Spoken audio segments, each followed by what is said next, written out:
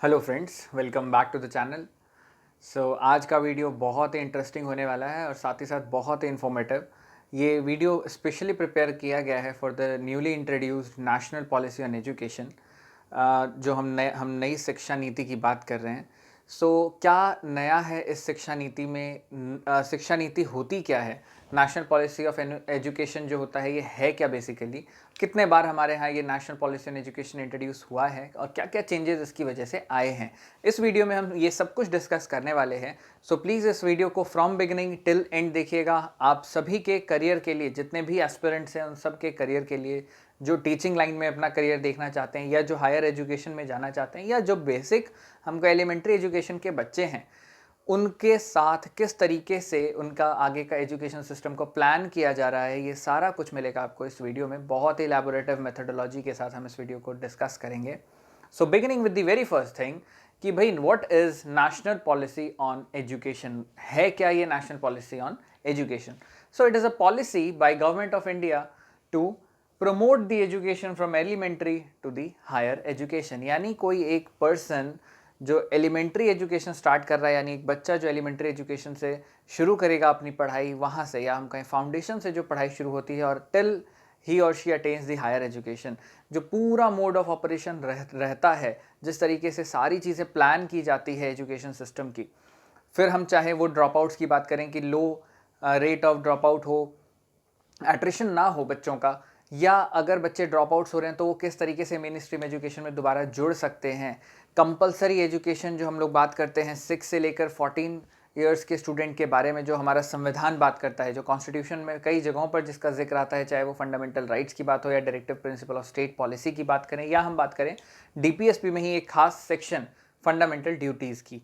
तो हर जगहों पर 6 से 14 ईयर्स के बच्चे के लिए मैंडेटरी या कंपलसरी फ्री एजुकेशन की बात आती है। किस तरीके से हम उसको फुलफिल कर सकते हैं, क्या चैलेंजेज हैं जो एजुकेशन डिपार्टमेंट फेस करता है और कहाँ पर लैग करते हैं हम लोग, उन सभी बॉटलनेक्स को ख़त्म करने के लिए बहुत इंपॉर्टेंट होता है कि एक पॉलिसी हो। और उसी पॉलिसी के लिए हम टर्म यूज़ करते हैं national policy on education. National policy on education India की हिस्ट्री में पहली बार आया था 1968 में under prime minister Indira Gandhi, followed by दोबारा ये 1986 में अंडर पीएम राजीव गांधी। इसमें चेंजेस के साथ इसको सेकंड हमारा नेशनल पॉलिसी ऑन एजुकेशन आया, और 34 साल बाद after a period of 34 years 2020 में under prime minister Narendra Modi तीसरा नेशनल पॉलिसी ऑन एजुकेशन आया है। हम एक बार 1968 में प्राइम मिनिस्टर इंदिरा गांधी के टाइम पर जो सबसे पहला हम कहें नेशनल पॉलिसी ऑन एजुकेशन आया था, उसमें क्या चीज़ें थी, क्या उसमें मेन पॉइंट्स कहे गए थे। फिर 1986 में अंडर पीएम राजीव गांधी क्या जो एजुकेशन पॉलिसी में चेंजेस आए उसकी बात करेंगे, and at last in detail elaborative form में बात करेंगे पीएम नरेंद्र मोदी के द्वारा इंट्रोड्यूस किया 2020 का नेशनल पॉलिसी ऑन एजुकेशन। तो चलिए शुरुआत करते हैं हम सबसे पहले 1968 के पहले नेशनल पॉलिसी ऑन एजुकेशन से। First national policy on education आया था 1968 में, जैसा कि हमने बात किया। इसमें सबसे खास बात आती है 3 लैंग्वेज फॉर्मूला। ये 3 लैंग्वेज फॉर्मूला क्या कहता था? तो apart from English and Hindi, एक कोई भी जो रीजनल लैंग्वेज है उस पर फोकस दिया जाए। ये बहुत ज़रूरी था उस दौर में, क्योंकि जो मासेस में हम लोग कहें, जो बहुत लार्ज लेवल पर जो लैंग्वेज का डिविडेंड था, जो गैप बन रहा था, वो बहुत ज़्यादा था। उसको रिड्यूस करने के लिए understanding of more than 2 languages is it would be helpful. तो ऐसा सोचकर प्लान किया गया था। श्रीमती इंदिरा गांधी जो उस टाइम पर प्राइम मिनिस्टर थी, उन्होंने ये 3 लैंग्वेज फॉर्मूला का रिकमेंडेशन को फॉलो किया था। नाउ फर्स्ट जो नेशनल पॉलिसी ऑन एजुकेशन बना, अगर हम उसके सबसे खास कुछ पॉइंट्स को देखें तो पहला पॉइंट कहता है based on the recommendation of doctor DS Kothari commission. So doctor Daulat Singh Kothari एक बहुत बड़े, बहुत एमिनेंट साइंटिस्ट, फिजिसिस्ट थे, जो कि Padma Bhushan, Padma Vibhushan, second highest honour, third highest honour उनको दोनों मिला हुआ है, और यूजीसी के प्रेसिडेंट, चेयरपर्सन भी रहे वो। तो डॉक्टर डीएस कोठारी का कमीशन बना था 1964 में। 1966 में उन्होंने ये रिकमेंडेशन दिया था, और अपार्ट फ्रॉम दैट इन्होंने और भी कई सारे जो स्ट्रेंथनिंग दी टोटल कोर, जो हम लोग कहें रिसर्च, इस पर एनसीईआरटी के थ्रू, यूजीसी के थ्रू किस तरीके से स्ट्रेस दिया जा सके, उन सब पर इन्होंने बहुत काम किया था। तो इन्हीं के रिकमेंडेशन पर 1968 में आया था पहला नेशनल पॉलिसी ऑन एजुकेशन। इसी नेशनल पॉलिसी ऑन एजुकेशन में बात कही गई थी नेशनल स्कूल सिस्टम की। नेशनल स्कूल सिस्टम यानी एक कॉम्प्रिहेंसिव मैनर में एक सिमिलर एनवायरनमेंट बनाया जाए, ताकि हर एक बच्चा irrespective of the caste, creed, religion, sex, race, हर एक चीज़ के जो हम लोग कहें जितने भी डिफरेंसेस हैं उनको मिटाकर सबके साथ एक कॉमन स्कूलिंग सिस्टम फॉलो किया जा सके। और साथ ही साथ it envisages a common education structure accepted across the country. हम लोग आज तक इसको फॉलो करते आए हैं 10+2+3 का system, secondary followed by 2 years of senior secondary and then higher education of 3 years। ये एक कॉमन एजुकेशन स्ट्रक्चर दिया गया था इसी 1968 के रिकमेंडेशन में। और साथ ही साथ स्ट्रेंथ द रिसर्च को स्ट्रेंथन करना ये भी बहुत ज़रूरी था, क्योंकि उस दौर में रिसर्च फील्ड पे इन्वेस्टमेंट कम होते थे। और इसमें ये भी बात कही गई थी कि टोटल जो नेशनल इनकम है उसका 6% डेडिकेट किया जाए टुवर्ड्स एजुकेशन। तो due to this different scenarios उस टाइम पे बहुत अलग अलग चीज़ें चल रही थी देश में, और विकट परिस्थितियों में वो सारी चीज़ें पॉसिबिलिटी नहीं हो पाई कि हर एक चीज़ इसमें फुलफिल हो जाए। तो इसका अपग्रेडेशन आया in the year 1986 with the second national policy on education. Let's have a look at it. So, second national policy on education was introduced in the year 1986 under the prime ministership of Rajiv Gandhi. और इसमें जो सबसे खास बात है that was operation black board which was introduced. जो operation black board को launch करने का पर्पस था वो ये था कि गांव वगैरह से बच्चों का जो हम कहें स्कूल में एडमिशन है वो बहुत कम होता था। तो इसके थ्रू जो बेसिक फंडामेंटल एजुकेशन है या उनका एलिमेंट्री एजुकेशन उस पर स्ट्रेस दिया गया और उसके लिए इंट्रोड्यूस किया गया ऑपरेशन ब्लैक बोर्ड। उसके अलावा अगर हम इंपॉर्टेंट पॉइंट्स देखते हैं तो stress was lead upon the child centric approach, यानी जो करिकुलम डिज़ाइन किया गया, जो टीचर का मोड ऑफ ऑपरेशन रहेगा क्लास में, that should be child centric, ताकि बच्चों के ऊपर स्ट्रेस ज़्यादा दिया जाएगा, बच्चे में स्कूल छोड़ने की भावना नहीं आएगी, पढ़ाई छोड़ने की भावना नहीं आएगी, ये सोचकर चाइल्ड सेंट्रिक अप्रोच उसमें दिया गया था। Emphasis to create equal opportunity, एक काफ़ी एम्फेसाइज किया गया कि इक्वल अपॉर्चुनिटी क्रिएट हो। वही वाली बात है यहाँ पर भी कि किसी भी कास्ट, क्रीड, सेक्स, रिलीजन कोई भी हो, सबको एक समान अपॉर्चुनिटी दी जाए शिक्षा की। और फिर बात आती है incentivise the poor families to send their children to school. किसी तरीके से पेरेंट्स को अप्रोच किया जाता था ताकि वो बच्चों को स्कूल भेजें, उसके लिए उनको इंसेंटिव्स दिए जाने लगे, और इस तरीके से जो हम कहें बिल्कुल रूट लेवल पर एजुकेशन सिस्टम को प्रमोट किया जाने लगा। And expansion of open university, higher education जो नहीं करना चाहता और अपना ओपन यूनिवर्सिटी के थ्रू परस्यू करना चाहता है कोर्स, सो दैट वो दूसरे काम में इंडल्ज है वो भी पैरेलली कर सके and at the same time उसकी पढ़ाई भी ना छूटे। तो इसलिए Indira Gandhi national open university को इस्टेब्लिश किया गया था 1985 में, और उस पर फिर काफ़ी स्ट्रेस दिया गया। साथ ही साथ जो रूरल एजुकेशन है उस पर फोकस किया गया था, क्योंकि गांधीयन थॉट था ये कि जो गांव है उसको सबसे पहले डेवलप किया जाए थ्रू एजुकेशन, तो उस पर यहाँ पर भी स्ट्रेस किया गया था।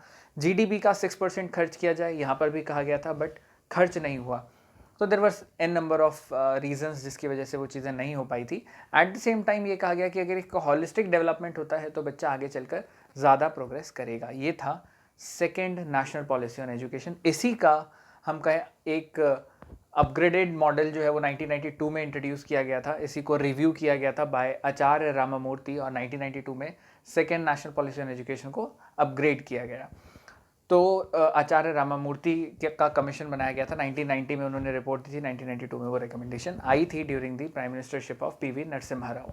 सो अगर हम नेशनल पॉलिसी ऑन एजुकेशन 2020 की बात करते हैं, जिसको NEP भी कहा जा रहा है, यानी न्यू एजुकेशन पॉलिसी, इसमें अगर हम नटशेल में एक बार बात करें तो कुल मिलाकर चेंजेस ये कहे जा रहे हैं कि स्किल बेस्ड ज़्यादा इसको रखा जाएगा। सो क्लास 6 से स्टूडेंट जो है वो इंटर्नशिप के लिए जा सकते हैं। वोकेशनल सब्जेक्ट्स पर स्ट्रेस दिया जा रहा है, क्लास 9th में स्टूडेंट अपना सब्जेक्ट सिलेक्शन कर सकता है। और साथ ही साथ ये बाउंडेशन नहीं है कि कोई एक ह्यूमैनिटीज़ या कॉमर्स या साइंस के बच्चे जो हैं वो सिर्फ वही रिस्ट्रिक्टिव सब्जेक्ट्स पढ़ेंगे जो उनके पास आता है। तो कोई बच्चा फिज़िक्स के साथ फ़िलासफ़ी, केमिस्ट्री के साथ वो हिस्ट्री रखना चाहे, या बायोलॉजी के साथ और कोई सब्जेक्ट ऑफ इंटरेस्ट होता है वो भी उसको रख सकते हैं। और साथ ही साथ अगर हम बात करते हैं टोटल नेशनल इनकम का 6%, वो फिर से इस बार इन्वेस्ट करने की बात कही गई है। हायर एजुकेशन को यूनिफॉर्म बनाने के लिए एक सेंट्रल बॉडी इस्टेब्लिश करेगी गवर्नमेंट। साथ ही साथ हायर एजुकेशन को ज़्यादा रीच तक पहुंचाया जाए, उसमें एंट्रेंस की भी व्यवस्था की जाएगी, जिसके लिए NTA will be the responsible body. दो इट विल बी एन एक हम कहें एक ऑप्शनल एग्ज़ाम होगा, मेरिट बेस पर जो चलेगा वो तो रहेगा ही, एंड एज सच एक एंट्रेंस एग्ज़ाम भी कंडक्ट किया जाएगा for the admission in different colleges.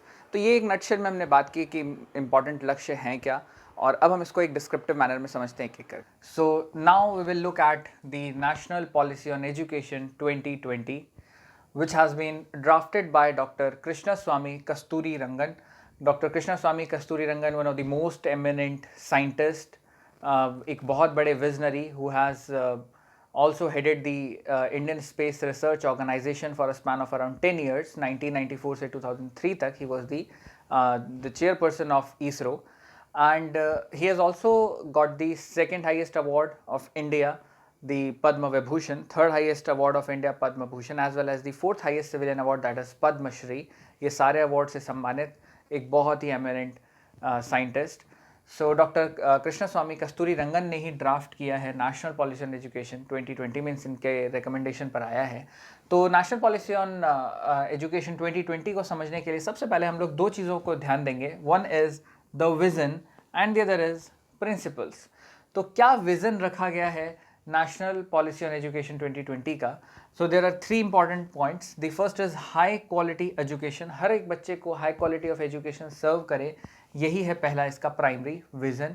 The second is sense of respect towards fundamental rights, fundamental duties as well as the constitutional values. हर एक बच्चों में हम एक sense of respect towards fundamental right, या हम कहें सीधा सीधा sense of respect towards our constitution, एक अच्छा सिटीजन बने बच्चा, ये हमारा एक आइडियोलॉजी है behind the national policy on education 2020। The third point is instil skill and values to support the commitment to human rights, sustainable development as well as living. तो हम कह रहे हैं कि एक हम सेंस ऑफ स्किल, एक values, moral values, ethical values बच्चे में दें, ताकि ह्यूमन राइट्स को वो समझे, सस्टेनेबल डेवलपमेंट गोल को समझे, और साथ ही साथ एक ओवरऑल हॉलिस्टिक डेवलपमेंट हो बच्चे का। ये सारा विज़न रखा गया है NPE 2020 में। मोर ओवर, अगर हम इसके प्रिंसिपल्स पर आते हैं, प्रिंसिपल्स क्या कहता है कि भाई हम ये सारे टारगेट्स तो हमने सेट किया, विज़न तो हमने बनाया, इस विज़न को अचीव करने के लिए हम क्या करने वाले हैं। So respect for diversity and local context, हर एक जगह पर जो नेटिव डोमिसाइल पॉपुलेशन है वहाँ के कल्चर को रिस्पेक्ट किया जाए, वहाँ की एक अंडरस्टैंडिंग हो, वहाँ की डाइवर्सिटी की रिस्पेक्ट हो। इसके लिए ही इंडिजिनस जो वहाँ की लैंग्वेज है, वो डायलेक्ट जो है, उसमें बच्चे को कंफर्टेबल रहे, वो मदर टंग वो समझे, ये सारी चीज़ों पर स्ट्रेस दिया जाएगा। मोर ओवर हमारे पास बात आती है कम्युनिटी पार्टिसिपेशन, सभी को समान अवसर दिया जाए, सबको इक्वल अपॉर्चुनिटी दी जाए, और एक लार्ज कम्युनिटी में पार्टिसिपेशन का एक सेंस जगे, ये इसका एक प्रिंसिपल है। Followed by the use of technology, किस तरीके से टेक्नोलॉजी को यूज़ किया जाए, इस पर एम्फेसाइज किया जाएगा। यूज़ ऑफ टेक्नोलॉजी में हम आजकल के दौर की मॉडर्न जो हम बात करते हैं कि हर एक डेटाबेस क्रिएट किया जाए, और सबके साथ, स्पेशली यहाँ पर जो ले किया जा रहा है स्ट्रेस, वो होगा दिव्यांगजन जो हैं उनके साथ किस तरीके से डीलिंग की जाए और कितना कंफर्टेबल उनके लिए एनवायरनमेंट को बनाया जा सके। Next is emphasise on conceptual understanding, हर एक चीज़ में रॉट लर्निंग ना हो, बच्चा रट्टा ना मारे, चीज़ों को कॉन्सेप्चुअली समझे, ये है नीड ऑफ द आवर, और यही चीज़ पे स्ट्रेस दिया जाएगा through the new NPE 2020। Next is identify and recognise the capabilities, student की कैपेबिलिटी को समझा जाएगा, और फिर वो जिस चीज़ में समर्थ है, जहाँ पर उसका इंटरेस्ट है, वही वो आगे परस्यू करे।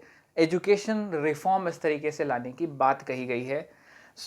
एक किसी भी पर्सन का, हर एक पर्सन में कुछ पिक्यूलियर कैरेक्टरिस्टिक्स होते हैं, जिनको जो हम कहीं यूनिक कैरेक्टरिस्टिक है, और जितनी जल्दी उसको आइडेंटिफाई किया जाए, चाहे वो साइंस की बात हो, चाहे वो बात हो आर्ट्स की, या बात करें हम किसी और फील्ड में, तो हर एक जगह पर, स्पोर्ट्स भी एक बहुत इंपॉर्टेंट फील्ड है, तो हर एक जगह पर एक सेंस ऑफ बिलोंगिंगनेस आए, और हम उस पर्सन, वो बच्चा, जो बच्चा अभी पढ़ाई कर रहा है, उसके आइडेंटिफाई कर सकें कि उसमें क्या एक पिक्युलरिटी रही है, क्या उसका एक खासियत है उसकी। Last thing is critical reasoning. Critical reasoning यानी एक अप्रोच उसका इस तरीके से हो कि हर एक चीज़ के डेप्थ को वो समझ सके, क्या इंटेंट है वो समझ सके। इन सब चीज़ों पर बेस्ड होगा प्रिंसिपल्स NPE 2020 का। चलिए जल्दी से देखते हैं। अब ये सारी चीज़ें तो हमें समझ आ गई, बट सबसे पहली चीज़ आती है कि जब बच्चा एजुकेशन स्टार्ट कर रहा है एलिमेंट्री लेवल पर, तो क्या प्लान ऑफ डेवलपमेंट होगा, किस तरीके से वो आगे बढ़ेगा। तो हमने ये तो बोल दिया कि होलिस्टिक डेवलपमेंट का अप्रोच होगा, but how will it be possible, इसके लिए रोड मैप क्या है, what will be the modus operandi. So let's have a look at it. तो अब बात करते हैं कि ये एलिमेंट्री लेवल पर लर्निंग स्टार्ट होगी कैसे। तो उसके लिए एक बहुत ही इनोवेटिव तरीके से अप्रोच लगाया गया है, that is called universal access to ECCE। ये ECCE बहुत इंपॉर्टेंट है यहाँ पर, that is early childhood care and education. छोटे बच्चों को किस तरीके से चाइल्डहुड केयर और एजुकेशन, मीन्स केयर भी मिले और एजुकेशन भी मिले, ये एक यहाँ पर फैक्टर रखा गया है। तो इसको दो सेगमेंट में बांटा गया है, one is the age group 3 to 6, the other is 6 to 8। 3 to 6 वालों के लिए कहा गया access to ECCE at anganwadi और preschool level. Preschool level तक 3 साल जो हम लोग बोलते हैं नर्सरी या pre nursery, followed by the lower kindergarten and upper kindergarten. तो LKG और UKG, और साथ ही साथ जो सबसे पहला होगा that will be pre nursery. तो ये 3 साल जो होंगे वो स्पेंड करेगा या तो आंगनवाड़ी में या प्री स्कूल में। ओवर एंड अबव जो 6 साल का बच्चा हो जाएगा, उसके बाद उसके पास आता है क्लास फर्स्ट एंड सेकेंड। तो क्लास फर्स्ट एंड सेकेंड का प्राइमरी स्कूलिंग उसकी होगी।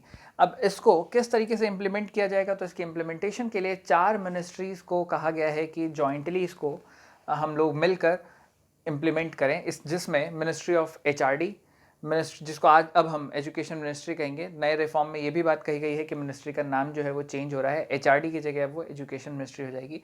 Followed by the ministry of women and child development, ministry of health and family welfare as well as the ministry of tribal affairs.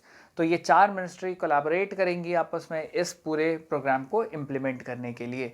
तो बहुत important है यहाँ पर early childhood care and education का पूरा segmentation. तो इसमें बच्चों की लर्निंग होगी कैसे, कहा गया कि प्ले मेथडोलॉजीज फॉलो किए जाएं, इंटरैक्टिव जो मेथड हो सकते हैं उस तरीके से बच्चे को पढ़ाया जाए, ताकि बच्चा लर्न भी कर रहा है, एट द सेम टाइम उसकी ग्रोथ का भी ध्यान रखा जा रहा है, एक उसकी केयर भी हो रही है और साथ ही साथ लर्निंग भी हो जाए। तो ये पूरे का पूरा मेथडोलॉजी कहता है early childhood care and education. अब आते हैं हम एक बड़े अप्रोच पर कि भाई किस तरीके से इससे आगे की प्लानिंग की गई है, कैसे अब रोड टू हम कहें हायर एजुकेशन तक चीज़ें जाती हैं। तो अब देखते हैं इसके आगे का डेवलपमेंट। देखते हैं अब हम करिकुलम ट्रांसफॉर्मेशन, जो सबसे इंपॉर्टेंट सेगमेंट आता है। तो अब तक का जो एग्जिस्टिंग सिस्टम था that is 10 years plus 2 years, यानी हमने एक एज ब्रैकेट स्पेसिफाई किया कि भाई 6 से 16 का बच्चा जो है वो फर्स्ट से क्लास 10 तक आता है, followed by 2 years of the secondary schooling 16 से 18 तक में। अब जो नया मेथडोलॉजी डेवलप किया गया है उसमें इसको सेगमेंटेशन जो है वो 4 पार्ट में आपको दिख रहा है यहाँ पर, जिसमें पहला आता है foundation which will be of 5 years. अभी हमने जस्ट देखा है ECCE, तो वही मेथडोलॉजी यहाँ पर फॉलो की जा रही है। 3 ईयर्स एज 3 to 6, जो बिल्कुल एक प्ले, हम कहें प्ले लेवल का स्कूलिंग है, आंगनवाड़ी में जिस तरीके से बच्चों को पढ़ाया जाएगा, बिल्कुल एक activity based learning. Followed by 2 years जो होंगे that will be class first and second. The second phase will be preparatory. Preparatory में 3 ईयर्स स्पेंड करेंगे बच्चे फ्रॉम जो एक एज ब्रैकेट माना गया है ideally 8 to 11, having the class of 3rd to 5th। Followed by the middle, 3 साल का 11 to 14 एज वाले जो बच्चे हैं, हमने क्लास बोला 6 से 8 तक के बच्चे। Followed by the secondary level, 4 साल का यानी 9 to 12th, as approx 14 to 18। क्या डिफरेंसेस रखे गए हैं, फाउंडेशन बिल्कुल रूट लेवल पर, एक activity based learning in terms of play, उनको खिलाकर ये सब चीज़ें करके बच्चों को तैयार किया जाएगा ताकि वो प्रिपरेटरी तक जाएं। वहाँ पर उनका एक इंटरेक्टिव क्लासरूम सेशन जैसे प्लान किया जाएगा, वहाँ पर भी एक्टिविटी बेस्ड लर्निंग ही है। फॉलोड बाय मिडल, जहाँ पर उनको नॉलेज स्किल के बेस पर देना शुरू किया जाएगा, उनके इंटरेस्ट के सब्जेक्ट्स उनको प्रेफर जो भी वो करना चाहते हैं, ह्यूमैनिटीज़, आर्ट्स, जो भी सोशल साइंस में उनका प्रेफरेंस रहता है वो सब वो चूज़ कर सकते हैं। फॉलोड बाय फिर आता है सेकेंडरी, यानी क्रिटिकल थिंकिंग बेस्ड जो हम सेशन कहें। तो सेकेंडरी लेवल पर बच्चे अपना कोर सब्जेक्ट्स चुनेंगे और उसी में क्रिटिकल रीजनिंग के बेसिस पर अपना सब्जेक्ट सिलेक्शन जो उनका होगा उस पर फिर वो हायर स्टडीज परस्यू करना शुरू कर सकते हैं। तो इस तरीके से 4 लेवल पर चीज़ों को डिज़ाइन किया गया है, बिगिनिंग फ्रॉम द फाउंडेशन से प्रिपरेटरी तक, middle and then followed by secondary level 12 तक की स्कूलिंग इस तरीके से अब प्लान की गई है। सो अगर हम इतने चेंजेस लाने की बात कर रहे हैं तो डेफिनेटली हम लोगों को एक और जिस चीज़ में चेंज लाना है वो है हमारा जिस तरीके से प्लान आउट होता है सेशन। तो यहाँ पर बात आती है हमारा पूरे का पूरा करिकुलम चेंज करने की। तो उसके लिए फिर नेशनल करिकुलर जो फ्रेमवर्क होता है, नेशनल करिकुलम फ्रेमवर्क बनाया जाएगा फिर से 2022 तक उसको इम्प्लीमेंट करने की बात कही जा रही है। और एक मेथोडोलॉजी ऐसी अडॉप्ट की जाएगी ताकि बच्चों को ज़्यादा से ज़्यादा इंटरेक्टिव सेशंस दिए जा सकें और जो कोर इंटरेस्ट है उनका वो डेवलप हो जितने अर्ली एज में, उतना ही ज़्यादा लॉन्ग टर्म तक वो चीज़ों को एंजॉय कर पाएंगे। अब हम देखने वाले हैं कि इन सभी स्टेप्स के अलावा क्या इंपॉर्टेंट है एनपी में। Let's look at it. सबसे बड़ा चेंज जो आया है वो है मल्टीलिंगुअलिज्म एंड लैंग्वेज लर्निंग। हम कहीं पैराडाइम शिफ्ट लाने की कोशिश की गई है।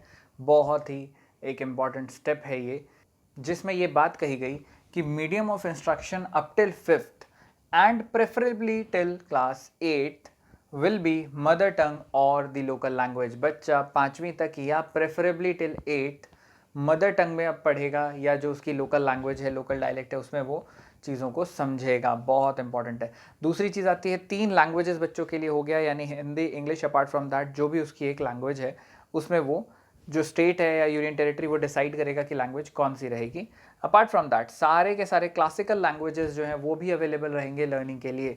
तो हमारे पास मराठी, गुजराती, हरियाणवी, भोजपुरी, नेपाली, या हम बात करें तेलुगु, मलयालम, ये सारे के सारे लैंग्वेजेस रेडिली अवेलेबल रहेंगे, बच्चा उसको भी सीख सकता है। तो ये एक मल्टीलिंगुअलिज्म और साथ ही साथ लैंग्वेज लर्निंग के बारे में बात कही गई है NPE 2020 में। Moving on. सो अगर हम NPE 2020 की बात करते हैं कि इससे एक ओवरऑल फ्रेमवर्क में डिफरेंस क्या आएगा या क्या एजेंडा लेकर चली थी ये पूरी की पूरी NPE को इस्टेब्लिश करने के लिए जो कमेटी बनी थी, तो गोल वॉज वेरी सिंपल। ये कहा गया कि बच्चा रॉट लर्निंग को छोड़कर चीज़ों को कॉन्सेप्चुअलाइज मैनर में सीखे। और इसी के लिए एक बहुत इंपॉर्टेंट जो पैराडाइम शिफ्ट आने वाला है वो है बोर्ड। जो हम लोग 10th और 12th लेवल की बात करते थे, एग्ज़ाम्स तो होंगे, ड्यूरेशन भी वही रहेगा, बट जो चेंज आएगा वो होगा कि उसकी वैल्यू को रिड्यूस किया जाएगा। स्लो एंड ग्रेजुअल प्रोसेस के थ्रू उसके इंपॉर्टेंस को रिड्यूस किया जा रहा है, क्योंकि कहा जा रहा है क्रिटिकल रीजनिंग में अगर बच्चा अच्छा है तो वो अपना करियर खुद चूज़ करे और वो 10th और 12th उसका डिसिसिव फैक्टर ना बने। तो ये सारी बातें रख कर बच्चों के एंड से हम लोग कहें तो ये पूरा NPE 2020 था। Now moving on to the very important step. भाई इन बच्चों को पढ़ाने के लिए टीचर्स चाहिए, तो टीचर्स के साथ क्या इसमें चेंजेस किए गए हैं। तो टीचर के लिए नॉर्म्स को और स्ट्रिक्ट बनाया जा रहा है। कहा जा रहा है कि अब हमें चाहिए सिर्फ और सिर्फ बेस्ट क्वालिटी के टीचर्स, सब स्टैंडर्ड नहीं चलेगा। तो इतना कुछ जो चेंजेस आया है उसमें सबसे प्राइमरी गोल है कि भाई कोई भी टीचर अगर बनना चाहता है तो B.Ed इज़ कंपलसरी। B.Ed में there will be 3 stages, 4 year का B.Ed, 2 ईयर्स का B.Ed एंड 1 ईयर का B.Ed। किस तरीके से इसको रिजॉल्व किया जा रहा है, तो 4 ईयर का जो 12th कंप्लीट करे उसके बाद वो डायरेक्ट एंट्री लेते हैं और 4 ईयर का कंप्लीट करेंगे B.Ed। 2 ईयर्स वाले कैसे करेंगे, तो 2 ईयर वाले जिन्होंने ग्रेजुएशन कंप्लीट की हुई है they can move for 2 year B.Ed। 1 year वाला B.Ed किसके लिए रहेगा, तो जिनका 4 ईयर का कोर्स है या जिन्होंने 3 ईयर्स प्लस 2 ईयर्स मास्टर्स किया है वो उसमें 1 ईयर B.Ed के थ्रू जा सकते हैं। NTA इसके लिए एक एग्ज़ाम कंडक्ट करेगा जिसके थ्रू B.Ed में एडमिशन्स होंगे, पहली चीज़। दूसरी चीज़, जो स्टेट लेवल पर अभी हम लोग टेट एग्ज़ाम्स की बात करते हैं और सेंटर लेवल पर CTET की बात करते हैं, उसके नॉर्म्स को और अच्छा किया जाएगा ताकि एक स्ट्रिंजेंट हम लोग कहें एक बिल्कुल मेथडोलॉजी अडॉप्ट की जाएगी ताकि वहाँ पर भी कॉन्सेप्चुअल लर्निंग रहे टीचर्स के लिए और जो उस कॉन्सेप्चुअल लर्निंग में जो CDP जो हम लोग बोलते हैं उसमें एनहांस कर जाए यानी जो पेडागोजी है उसको उस पर कमांड हो जाए। तो ये तो एक टीचर्स को लेकर बात हुई। दूसरी बड़ी बात कही गई है कि टीचर्स के लिए जो एकेडमिक हम कहें एनवायरनमेंट है उसको और ज़्यादा अच्छा बनाया जाएगा। हर एक डिपार्टमेंट में वो प्रोग्रेस करें, उसके लिए फाउंडेशन से लेकर सेकेंडरी तक उनका एक ग्रोथ मैप बनाया जाएगा और हर एक लेवल पर वो प्रमोट हो सकेंगे। साथ ही साथ कुछ लोगों को एकेडमिक लीडर्स बनाया जाएगा स्कूल में, दैट मीन्स जो एक एग्जाम्पल सेट करें टीचिंग का। सब टीचर को ये फ्रीडम दी जाएगी कि वो अपने हिसाब से पेडागोजी में कुछ भी चेंजेस कर सकते हैं, ये भी उसमें बात कही गई है। जिन टीचरों को फीलिंग एक ऐसी आती है कि वो थोड़ा मोटिवेशन उनका लो हो जाता है, उसके लिए एक नेशनल मिशन बनाया जा रहा है मेंटरिंग के लिए, जिसमें रिटायर्ड फैकल्टीज़, सीनियर फैकल्टीज़ रहेंगे और वो लोग मोटिवेशनल सेशंस कंडक्ट करेंगे, लर्निंग के कुछ नए टेक्नोलॉजीज़ बताएंगे, टेक्निक्स बताएंगे कि किस तरीके से टीचर बच्चों की लर्निंग को और इम्प्रोवाइज़ कर सकते हैं।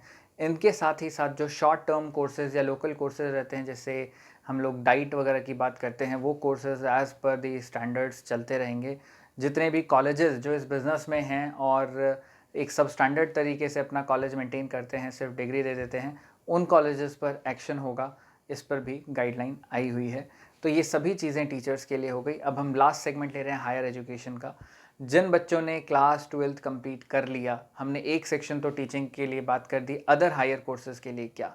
तो पूरे का पूरा एक रिवैम्प मॉडल लाया जा रहा है, जहाँ पर कहा जाएगा कि बच्चों के पास set number of entry point, set number of exit points होंगे, जिससे ऐसा ना हो कि जो ड्रॉप आउट है वो परमानेंटली आगे नहीं पढ़ पाया और उसका पूरा जो एफर्ट था वो बर्बाद हो जाए। इस चीज़ पे गवर्नमेंट काम कर रही है और गवर्नमेंट का ये कहना है कि हम इस तरीके से एक असेसमेंट बनाना चाहते हैं ताकि जो बच्चा 12th के बाद पढ़ रहा है, जितना भी उसने पढ़ाई की उसको सर्टिफिकेशन मिलता रहे। 3 इयर्स डिग्री करने के बाद हायर एजुकेशन में जाना चाहे 4 ईयर में चला जाए, नहीं जाना चाहता है, जॉब में जाना चाहते हैं, वो उसके बेसिस पर वो जॉब में जा सकते हैं। 4 ईयर वाले को एमफिल नहीं करनी पड़ेगी, सीधा वो पीएचडी में एडमिशन ले सकते हैं। एमफिल को रिडंडेंट बना दिया गया है, ख़त्म कर दिया गया है। इसमें से जो अलग रहेगा सेगमेंट वो रहेगा medical field, the other will be the law field. इनको इसमें लीगल और मेडिकल को इसमें इंक्लूड नहीं किया गया है।